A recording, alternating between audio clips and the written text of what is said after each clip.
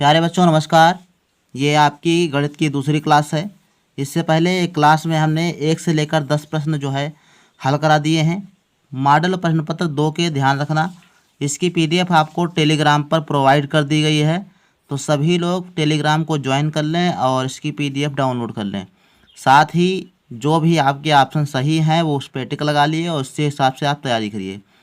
तो आइए देखते हैं, इस क्लास में हम 11 से लेकर 20 तक हल करेंगे। ये भाग 2 है और इस वीडियो की लिंक डिस्क्रिप्शन में होगी और आपके कमेंट बॉक्स में भी हम डाल देंगे, वहाँ से भी आप जाके देख सकते हो। जो फर्स्ट वाला वीडियो है भाग 1 वाला। चलिए देखते हैं। पहला क्वेश्चन आपका जो 11 नंबर दिया गया है, ये सरलीकरण का सवाल है और बहुत ही आसान होता है, लेकिन ये थोड़ा टेढ़ा सवाल बनाया गया है। कोई बात नहीं, इसको हल करेंगे। इसको हमने एक पेपर पे पहले ही सॉल्व कर लिया है, इसको हम समझा देंगे इस प्रकार से। देखो, सबसे पहले हमने इस प्रकार से लिख लिया सवाल। देखो, 6 सही 2/3 लिखा है, भाग 2 सही 1/2, 3 सही 3/4 माइनस 5 सही 1/2। ये सारी मिश्र भिन्न दी गई हैं, है ना। तो इस प्रकार से हमने हल किया और यहाँ पर देखते हैं तो यहाँ पर गुणे का निशान लगा हुआ है और 3/4 और 2/3 लिखा। तो यहीं पर आप कुछ काट सकते हो, जैसे 3 से कट जाएगा और 2 से आपका 4 कट जाएगा, तो 2 1 कम 2 और 2 दूनी 4। अगले स्टेप में हम ये करेंगे 20/3। कैसे किए हैं, पहले इसको साधारण भिन्न में बदलेंगे। 3 छाक 18, 18 और 2 20, 20/3 हो गया। सेम इसी प्रकार से 2 दूनी 4 और 1 5/2, 4 तियाँ 12 और 3 15/4, 5 दूनी 10, 11/2, 4 चक्कू 16 और 1 17/4 और ये 3 1 कम 3 2 5/3। तो इस प्रकार से आप पहले साधारण भिन्न में इनको लिख लेंगे। इसके बाद जो है इसमें जो कुछ बचा वो लिख लेंगे। 7/8 प्लस 1/2 बचा था, हमने इसमें 4 से गुणा किया है, इसलिए हर बराबर करने के लिए, ताकि हम जोड़ सकें इसको। ठीक। अगला देखते हैं।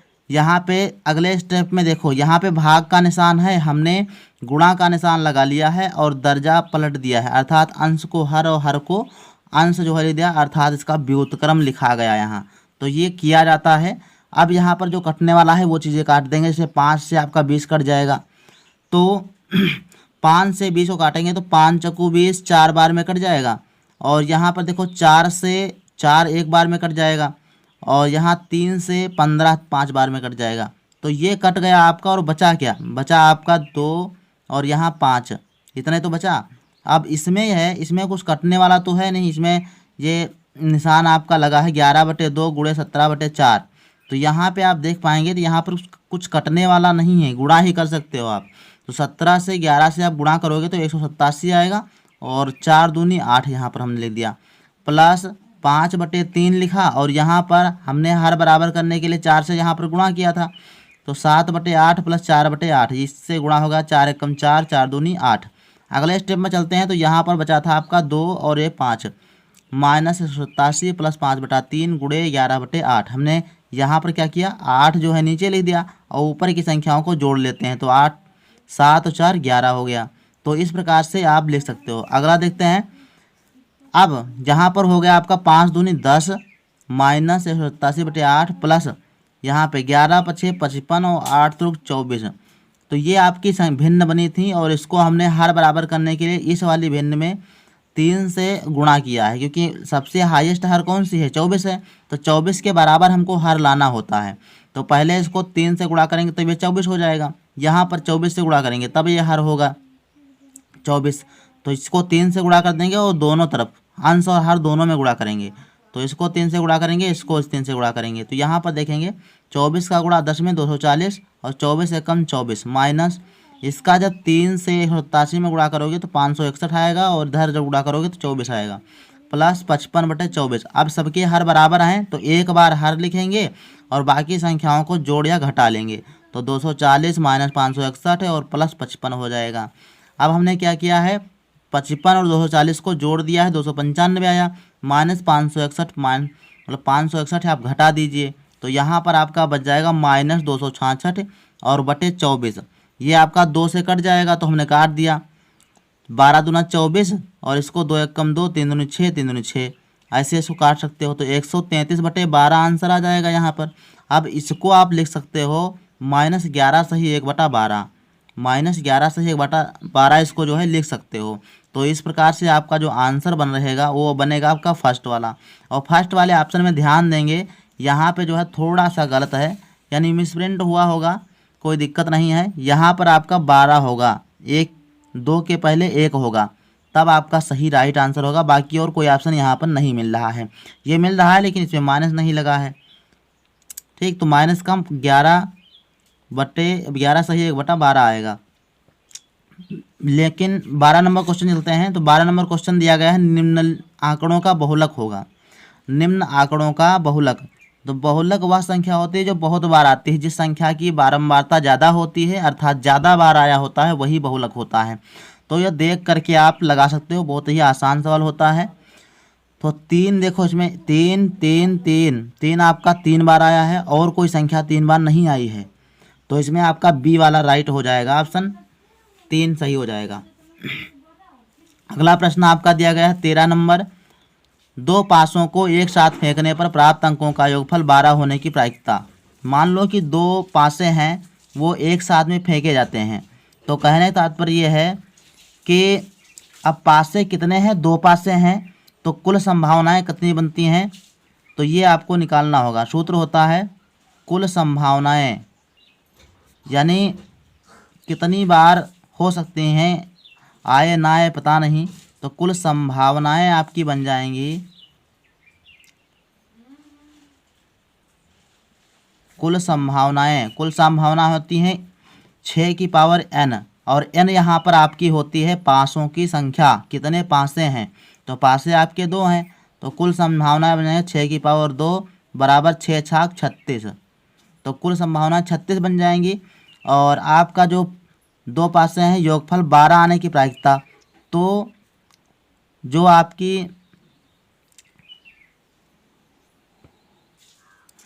आपकी कुल संभावनाएं बन गई 36, और आपकी अनुकूल संभावनाएं कितनी बनती हैं ये आपको ध्यान देना है। अनुकूल संभावनाएं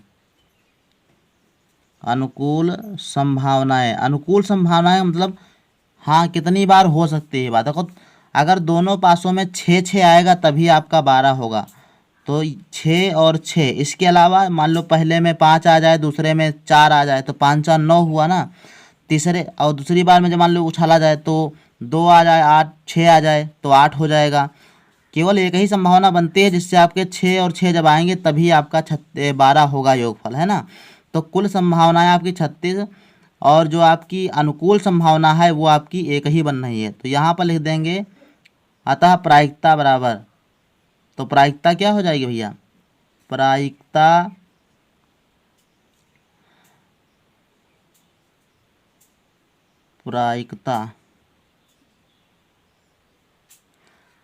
बराबर हो जाएगी, एक संभावना है और कुल संभावना 36, तो 1/36 आपका राइट आंसर होगा सी वाला।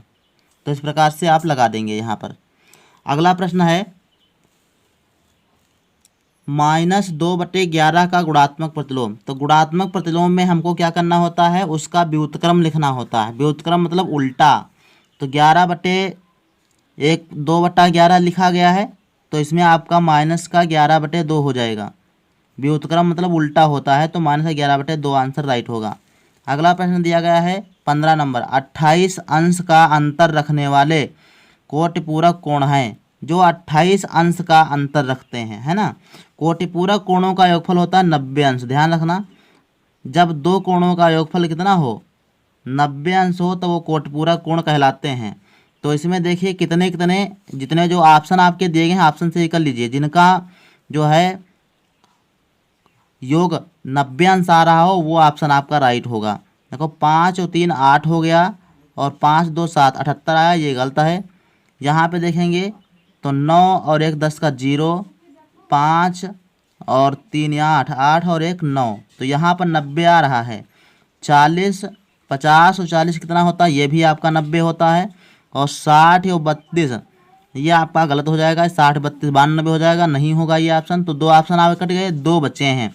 इसमें आपका कह रहा है कि अंतर कितना 28 होना चाहिए, तो अंतर आप यहाँ से निकाल लीजिए कि 59 से 59 से 31 घटा दीजिए, कितना बचेगा? तो ये बचेगा 8 और 5 से 3 घटेगा 2, तो 28 अंतर भी आ रहा है, तो इसका मतलब राइट आपका यही वाला हो जाएगा। यहाँ से घटाएंगे तो 50 से 40 घटाएंगे कितना बचेगा? 10 बचेगा, तो वैसे भी ये नहीं है, तो बी वाला ऑप्शन आपका राइट होगा। ऐसे सवाल आपको ऑप्शन से ही करना है, ज़्यादा जो है सवाल लगाने की जरूरत नहीं है। सवाल लगाने चक्कर में पड़ जाएगा, टाइम मैनेजमेंट आपका नहीं बन पाएगा और आपके क्वेश्चन छूट जाएंगे, यही मेन बात होती है। 16 नंबर प्रश्न दिया गया है कि निम्नलिखित एक विद्यालय में 2800 बच्चे हैं, उनमें से 980 लड़कियां हैं, विद्यालय में कितने प्रतिशत लड़कियां हैं ये बताना है। तो लड़कियां कितनी हैं? 980 हैं, कितने में से? 2800 में से। तो बताओ लड़के कितने हैं? तो लड़कों की संख्या कितनी हो जाएगी? तो हो जाएगी भैया 2800 माइनस 980। 980 घटाएंगे तो आपका आ जाएगा लड़कों की संख्या, और लड़कों की संख्या का प्रतिशत बताना है। तो पहले घटा देंगे, 0 से 0 घटेगा 0 बचेगा, 10 से 8 घटेगा 2 बचेगा, और यहाँ बचेगा आपका 7, 17 से 9 घटेगा तो 9, 8, 17 और 1 बचेगा यहाँ पर, तो 1820 बचा आपका, यानी लड़के कितने हैं? 1820 हैं।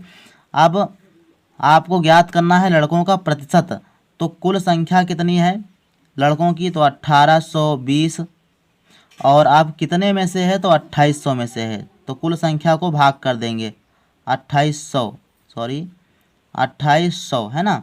अब इसको भाग कर देंगे। प्रतिशत बराबर क्या होता है? प्रतिशत बराबर होता है प्राप्तांक बटे पूर्णांक। क्या होता है? प्राप्तांक बटे पूर्णांक। पूर्णांक मतलब पूरे अंक जितने हैं, और प्राप्तांक मतलब जितने होते हैं। तो लड़के कितने हैं? 1820 हैं, बटे 2800 कुल संख्या है, तो भाग कर देंगे यहाँ से, ये 0 और ये 0 आपका कट जाएगा। और जब अच्छा गुणे भी 100 करना होता है, गुणे 100 होता है यहाँ पर, गुणे 100, तो गुणा 100 कर देंगे, तो यहाँ से आपका 1 0 ये काट दिया, 1 0 ये वाला आप काट सकते हो, तो ये आपका बचेगा, जो बचेगा वो लिख देंगे। यहाँ पे हो जाएगा 10 से इसको गुणा कर देंगे तो 182 0 बटे 28। इसको काट के देखें कितना बचेगा? 7 से कट जाएगा, ये 7 से काटेंगे, 7 चक्कू 28, 7 चक्कू 28, तो यहाँ पे 4 आ जाएगा। इसको 7 से काटेंगे तो 7 दूनी 14, 7 दूनी 14 और 4 18 और 42, 7 छंग 42 और 0 2 60 आ गया। 4 से काटेंगे तो देखो 4 छंग 24, 4 छंग 24 और 2 26 20 हो गया, 4 पंचे 20, तो 65 आएगा आपका। कितना आएगा? 65% आएगा।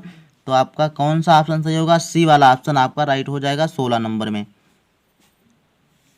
अगला प्रश्न 17 नंबर दिया गया, दो संख्याओं का योगफल 14 और गुणनफल आपका 40 दिया गया है, इनके व्युत्क्रमों का योगफल बताना है। तो दो संख्याओं का योगफल, मान लेते हैं कि दो संख्या, एक ए है और एक आपकी बी दी गई है, जिनका योगफल दिया गया है आपका 14, तो बराबर 14। गुणनफल कितना दिया गया है? यानी ए और बी का गुणनफल कितना दिया गया है? 40 दिया गया है। तो यहाँ पर आपका ए बी बराबर हो जाएगा 40। कितना हो जाएगा? 40। अब कह रहा है कि दोनों का व्युत्क्रम का योगफल ज्ञात करना है, दोनों संख्याओं के व्युत्क्रम का योगफल ज्ञात करना है। तो व्युत्क्रम क्या होता है? जैसे ए दिया है तो ए का व्युत्क्रम क्या हो जाएगा? 1/a हो जाएगा, और बी का व्युत्क्रम क्या हो जाएगा? 1/b हो जाएगा। तो इनका योगफल ज्ञात करना है। तो 1/a प्लस 1/b का व्युत्क्रम ज्ञात करना है। तो सबसे पहले इसको सॉल्व कर लेंगे। सॉल्व करेंगे तो ये हो जाएगा b से, इसको तिरछे गुणा करके हल कर लेंगे, इसको इससे गुणा कर देंगे, इसको इससे गुणा कर देंगे और इसको इससे गुणा कर देंगे। इसी प्रकार से तो हल किया जाता है। तो पहले b को एक से गुणा कर देंगे तो b हो जाएगा, प्लस a को एक से गुणा करेंगे तो a हो जाएगा, और बटे आपको ले सकते हैं ab, ये हो जाएगा ab। अच्छा, यहाँ से आपको a इधर ले आना है और b उधर ले जाना है, इसमें कोई दिक्कत तो नहीं होगा। गुणा में जोड़ में आपका क्रम में नियम लागू होता है। तो ये आपका हो जाएगा a प्लस बी और बटे ए बी।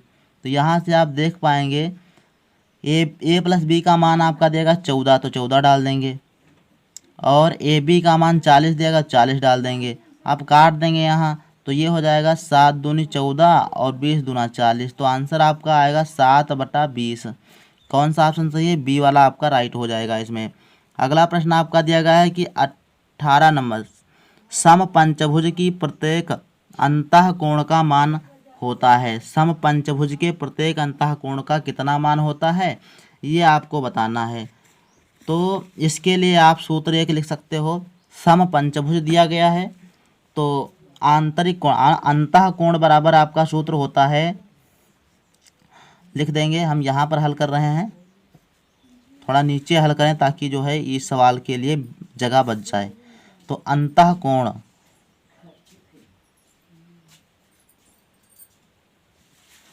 बहुभुज का अंतः कोण यानी प्रत्येक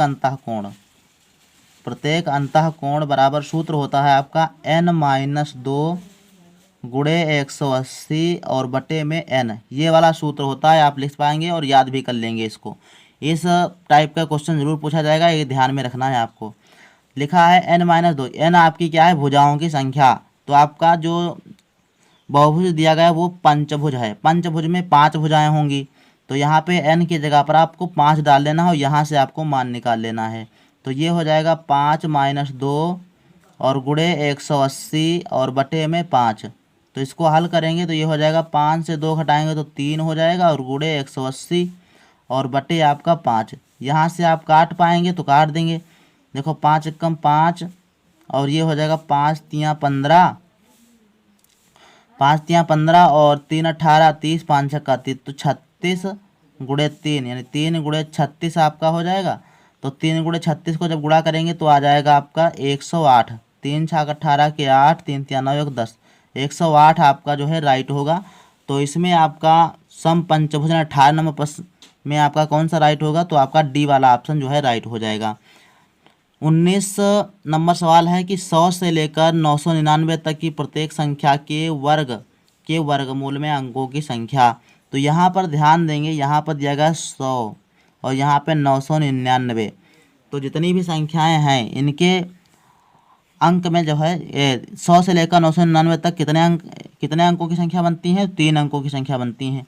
और 3 अंकों की संख्या जब इसका वर्ग करेंगे तो आपके 6 अंक बन जाएंगे, 6 या 7 अंक आएंगे वर्ग में। तो उसमें जो है आपका वर्ग, फिर पूछ रहा है कि प्रत्येक संख्या के वर्ग के वर्गमूल में, तो वर्ग के वर्गमूल में कितने अंक होंगे, तो भैया 3 अंक होंगे, ये आपको ध्यान में रखना है। ठीक, 20 नंबर का प्रश्न दिया गया है, बहुत ही आसान प्रश्न है। लिखा है p बटा क्यू की power x minus y, p बटा क्यू की power x minus y, p बटा क्यू की पावर y माइनस जेड और p बटा क्यू की पावर z माइनस x। तो देखेंगे आधार सब में बराबर हैं, और जब आधार बराबर होते हैं तो घातें आपकी जुड़ जाती हैं। क्या होती हैं, घातें जुड़ जाती हैं। तो आधार आपको लिखना है एक बार p बटा क्यू, और बाकी सब जितनी भी संख्याएं आपकी ऊपर मतलब घात में दी गई हैं सबको जोड़ देना है। तो एक बार x प्लस वाई, फिर आपका y माइनस प्लस का y माइनस जेड और फिर प्लस का z माइनस एक्स। ठीक, हमने क्या किया, घातों को जोड़ दिया है, x minus y, y minus z, z minus x जोड़ दिया। अब देखो जो कटने वाला है काट देंगे। यहाँ पर देखो ये माइनस का यहाँ पे दिया गया, ध्यान रखेंगे, यहाँ पे ये माइनस का है।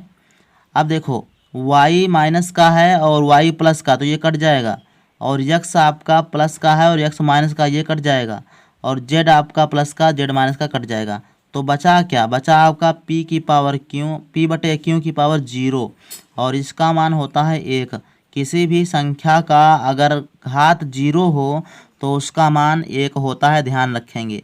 देखो मान लेते हैं कि कोई संख्या आपकी x दी गई है और इसकी घात कितनी है 0, तब भी इसका मान कितना है आपका 1 ही होगा।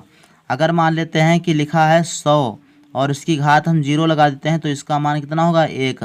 तो किसी भी संख्या का ऊपर अगर घात 0 लगी है तो उसका मान कितना होगा 1 होगा, ये आपको ध्यान देना है। और ये भी आपको ध्यान में रखना चलता है कि कोई भी संख्या आपकी जो होती है उसकी घात अगर 1 होती है तो उसका वही मान होता है, ध्यान रखना। कोई संख्या हो, जैसे मान लो 100 दिया गया है, इसकी घात अगर 1 है तो वही संख्या हो जाएगी 100 आपका। ठीक, एक और प्रश्न आपके लिए है बहुत ही इंपॉर्टेंट। मान लेते हैं कि -1 दिया गया है और इसकी घात 3 लगी है, तो इसका मान कितना होगा, इसका मान होगा आपका -1। कितना होगा, -1। ये कैसे होता है, क्योंकि कोई भी संख्या हो, -1 संख्या है, इसमें घात चाहे जितनी लगी हो आंसर उसका 1 ही आएगा, लेकिन प्लस में आएगा या माइनस में आएगा ये आपको घात पर डिपेंड करता है। अगर आपकी सम घात है तो सम अगर जो घात होगी तो आपका एक आंसर आएगा, और अगर जो विषम घात होगी तो आपका आ जाएगा माइनस का, तो आपका माइनस का आएगा। तो ये आपको ध्यान में रखना है। जैसे मान लो कि -1 की घात आपकी दी गई है 6, तो इसका आंसर 1 आएगा। ये प्रश्न भी बहुत इंपॉर्टेंट है और पूछा जाता है। तो ये सब बातें आपको ध्यान में रखते हुए चलना है। अगला प्रैक्टिस सेट हम कल करवाएंगे, जिसमें से 10 प्रश्न आपको करवाएंगे। एक वीडियो में 10 ही प्रश्न जो है हल करा मिलते हैं, बाकी वीडियो जो है थोड़ा लंबा हो जाता है, जिससे आप लोगों को बोरिंग लगने लगता है। तो मिलते हैं अगले वीडियो में 10 प्रश्नों के साथ। तो ये आप लोग क्वेश्चन पेपर हल करते रहिए और साथ में अपनी तैयारी बनाए रखिए। तो मिलते हैं नेक्स्ट वीडियो में, तब तक